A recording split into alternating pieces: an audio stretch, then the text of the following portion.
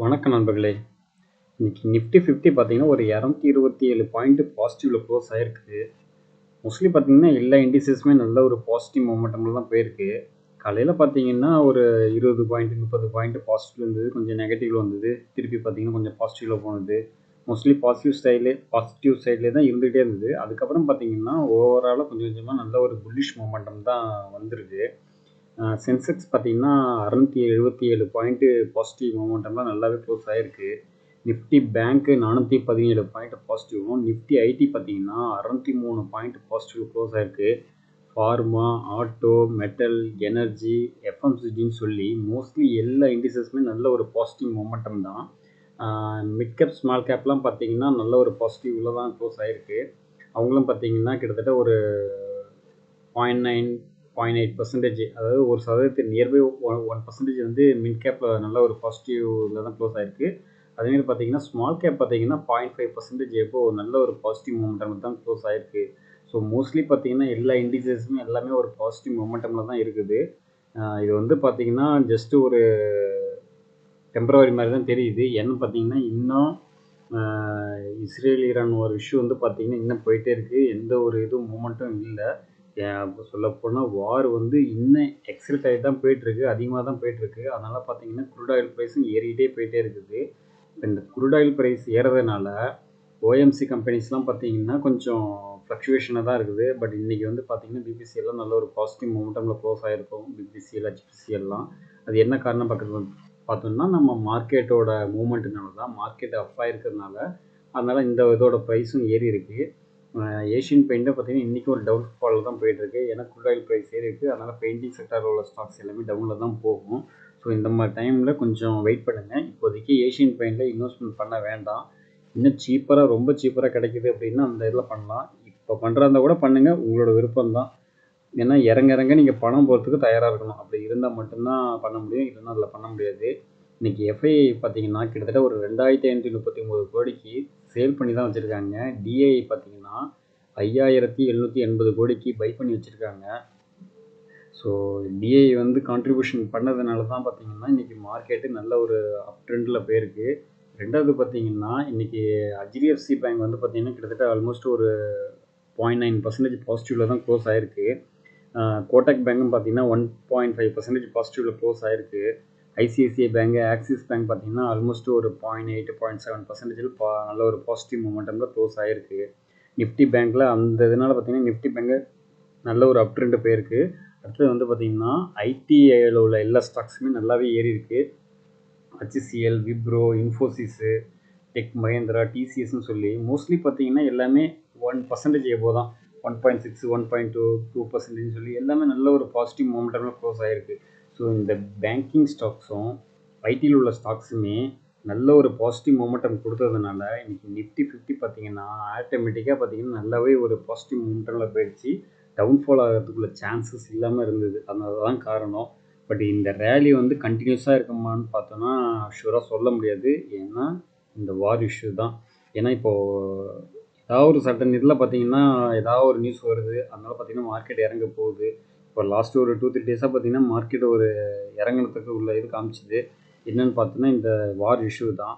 அதுக்கப்புறம் பார்த்தீங்கன்னா இப்போது வார் போயிட்டுருக்கு. பட் இருந்தாலும் நம்ம மார்க்கெட் வந்து ஏறிட்டு தான் போயிட்டுருக்கு. ஸோ பொறுத்திருந்து பார்ப்போம். இப்போதைக்கு பார்த்தீங்கன்னா யூஎஸ் மார்க்கெட்டு நல்ல ஒரு பாசிட்டிவ் மொமெண்டமில் போயிட்டுருக்கு. அங்கே வார் நடந்திருந்தாலும் இங்கே ஏறிட்டே இருக்குது. ஸோ இதோட கண்டினியூஷன் நாளைக்கு இருக்கிறதுக்கு பாசிபிலிட்டிஸ் இருக்குது. ஆல்மோஸ்ட்டு பார்த்தீங்கன்னா எல்லாமே 1% எபோவ் வந்திருக்கு. டவ் ஜோன்ஸு 0.94% இருக்குது. S&P 500 1.08ம், நாஸ்டாக் பார்த்தீங்கன்னா 1.55ம் இருக்குது.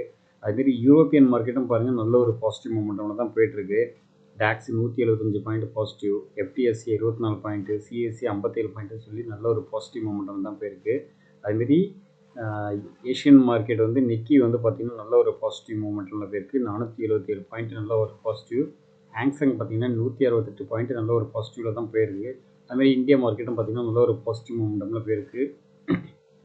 இந்த இது கண்டினியூஷன் நாளைக்கும் இருக்கிறதுக்கு அதிக பாசிபிலிட்டிஸ் இருக்குது. ஸோ டிபெண்ட்ஸ் ஆன் எதாவது அதர் நியூஸ் எதாவது வந்துச்சு அப்படின்னா டவுன் போகிறதுக்கு பாசிபிலிட்டிஸ் இருக்குது. இன்றைக்கி கோல்டு வந்து பார்த்திங்கன்னா சின்னதாக ஒரு இறக்கம் கொடுத்துருக்கு. ஒரு 15 ரூபா மட்டும் தான் கம்மியாக இருக்குது. இப்போதைக்கு பார்த்தீங்கன்னா 9305 ரூபா அப்படிங்கிற ரேஞ்சில் இருக்குது 22 கேரட் கோல்டு. 24 கேரட் பார்த்தீங்கன்னா 10151 இருக்குது. சின்ன ஒரு இறக்கம், பட் இது கண்டினியூஷன் இருக்குமான்னு பார்த்தா இருக்காது. திருப்பி ஏறத்துக்கு அதிக பாசிபிலிட்டிஸ் தான் இருக்குது. ஸோ கோல்டை முடிஞ்ச வரைக்கும் கன்சிடர் பண்ணிகிட்டே இருங்க. ஃபிசிக்கலாவோ டிஜிட்டலாவோ வாங்கிட்டே இருங்க. அடுத்தது இன்றைக்கி டாடா மோட்டார்ஸ் பார்த்தீங்கன்னா கிட்டத்தட்ட ஒரு 3.5% வரைக்கும் நல்ல ஒரு டவுன்ஃபால் ஆகிருக்கு. அது என்ன காரணம்னு பார்க்கும்போது பார்த்தோம்னா அவங்களோட ஃபினான்ஷியல் இயர் 2026 உள்ள கைடன்ஸ் வந்து கொடுத்துருக்காங்க. இதில் வந்து எபிட்டா மார்ஜின் வந்து பார்த்தீங்கன்னா ஒரு 5 to 7% தான் இருக்கும் அப்படிங்கிற மாதிரி சொல்லியிருக்காங்க. இதே இது லாஸ்ட் இயரில் பார்த்தீங்கன்னா 8%, 8.5% வரைக்கும் இருக்குன்னு சொல்லியிருந்தாங்க. இப்போ அது வந்து பார்த்தீங்கன்னா அந்த அளவுக்கு இல்லை, இது வந்து கம்மியாக தான் இருக்கும் அப்படிங்கிற மாதிரி ஒரு ஸ்டேட்மெண்ட் ஒன்று கொடுத்துருக்காங்க. அது ஒரு ரீசனாக இருக்குது. ரெண்டாவது பார்த்தீங்கன்னா இப்போதைக்கு இவங்கள்ட்ட ஃப்ரீ கேஷ் ஃப்ளோவே பார்த்தீங்கன்னா கிட்டத்தட்ட 1.2 பில்லியன் யூரோஸ் வந்து வச்சுருக்காங்க இப்போதைக்கு. இது வந்து இந்த இயரில் வந்து ஃபினான்ஷியல் இயரில் மோஸ்ட்லி ஸ்பெண்டிங் பண்ண போகிறோம். நெக்ஸ்ட் இயரில் இது இருக்காது, மோஸ்ட்லி ஜீரோவாக தான் இருக்கும் அப்படிங்கிற மாதிரியும் ஒரு ஸ்டேட்மெண்ட் கொடுத்துருக்காங்க. அது ஏன்னு பார்க்கும்போது ஜாகுவாரோட பிளான்ட் எக்ஸ்பெண்டேஷன், டொமஸ்டிக்கில் உள்ள பிளான்ட் எக்ஸ்பெண்டேஷன், மற்ற நியூ மாடல்ஸ் இது பண்ணுறதுக்காக நாங்கள் ஸ்பெண்டிங் பண்ண போகிறோம் அப்படிங்கிற மாதிரி ஒரு ஸ்டேட்மெண்ட் ஒன்று கொடுத்துருக்காங்க. ஸோ இந்த ஒரு நியூஸ் இம்பேக்ட்னால பார்த்தீங்கன்னா மார்க்கெட்டு வந்து பிடிக்கல இருக்குது. அதனால் டாடா மோட்டார்ஸ் இன்றைக்கி ஒரு நல்ல ஒரு டவுன்ஃபாலு. மார்னிங்லாம் பார்த்தீங்கன்னா ஒரு 4%, 5% வரைக்குமே நல்ல ஒரு டவுன்ஃபால் இருந்தது. சடனாக பார்த்தீங்கன்னா அதுக்கப்புறம் கொஞ்சம் ரெக்கவரி ஆகி இப்போதைக்கு ஒரு 3.5% எவ்வளோ நெகட்டிவில் நல்லாவே க்ளோஸ் ஆகிருக்கு. ஸோ முடிஞ்ச எதையும் கன்சிடர் பண்ணுங்கள். லாங் டேர்முக்கு தான், ஷார்ட் டேர்முக்கு கிடையாது. இதில் இன்னொரு விஷயம் என்னென்னா இப்போதைக்கு வந்து பார்த்திங்கன்னா சைனாவோட காம்படிஷன் வேறு போயிட்டுருக்கு. ஸோ அவங்க வேறு கார் ப்ரொடியூஸ் பண்ணி இது பண்ணி கொடுத்துட்ருக்காங்க. ஸோ அதுக்கு ஈக்குவலாக இவங்களும் காம்படிஷன் பண்ணுறதும் ரொம்ப இதாக இருக்குது. இந்த டாடா மோட்டார்ஸ் மட்டும் இல்லை, எல்லாமே வேர்ல்டு வைடாகவே டொயோட்டாலேருந்து, ஹோண்டாலேருந்து, நிசான்லேருந்து எல்லாமே ரொம்ப கொஞ்சம் டிஃபிகல்ட்டாக தான் போயிட்டுருக்கு. ஸோ இதையும் இவங்க சஸ்டெயின் பண்ணி வந்துகிட்டு இருக்காங்க. ஸோ பொறுத்திருந்து பார்ப்போம். டாடா மோட்டார்ஸில் நல்ல சான்சஸ் வரப்போகுது. வெயிட் பண்ணி நல்ல ப்ரைஸில் வாங்க ஆரம்பிப்போம். அடுத்தது இன்றைக்கி பஜாஜ் ஃபினான்ஸ் வந்து பார்த்திங்கன்னா ஷேர்லாம் வந்து பார்த்திங்கன்னா ஸ்ப்ளிட் ஆகிருக்கும். இன்றைக்கி தான் ரெக்கார்ட் டேட்டு. ஆக்சுவலாக பார்த்திங்கன்னா இப்போதைக்கு ஒரு 900 சம்திங்கில் இருக்கும் அந்த ப்ரைஸு. இது இன்னும் ஃபர்தராக இறங்கிறதுக்கு பாசிபிலிட்டிஸ் இருக்குது. ஏன்னா இப்போது பிஃபோராக பார்த்திங்கன்னா 9000 சம்திங் இருந்தது. அது அப்படியே பார்த்திங்கன்னா இப்போ 900 சம்திங்காக வந்திருக்கு. இதில் வந்து சின்னதாக ஒரு ரேலி ஆகிட்டு கீழே டவுன்ஃபால் ஆகிறதுக்கு அதிக பாசிபிலிட்டிஸ் இருக்குது. ஸோ வெயிட் பண்ணுங்கள். நல்ல ஒரு ப்ரைஸில் சீப்பர் ப்ரைஸில் இருக்கும்போது அப்போதைக்கு வாங்கிக்கிங்க. அடுத்ததாக ஹெச்டிஎஃப்சி பேங்க்கில் அவங்களோட நெக்ஸ்ட் இன்ட்ரெஸ்ட் மார்ஜின் வந்து கம்மியாக இருக்கும் அப்படிங்கிற மாதிரி சொல்லியிருக்காங்க. அதாவது financial year 2026 net interest margin வந்து கம்மியாக இருக்குங்கிறது சிட்டி வந்து ஒரு கைட்லைன்ஸ் வந்து கொடுத்துருக்காங்க. பட் பேங்க்லேருந்து கொடுக்கல, சிட்டின்னு அவர் ஒரு புரோக்கரு, அவங்க வந்து சொல்லியிருக்காங்க. இந்த ஒரு நியூஸ் ஒன்று கொடுத்துருக்காங்க.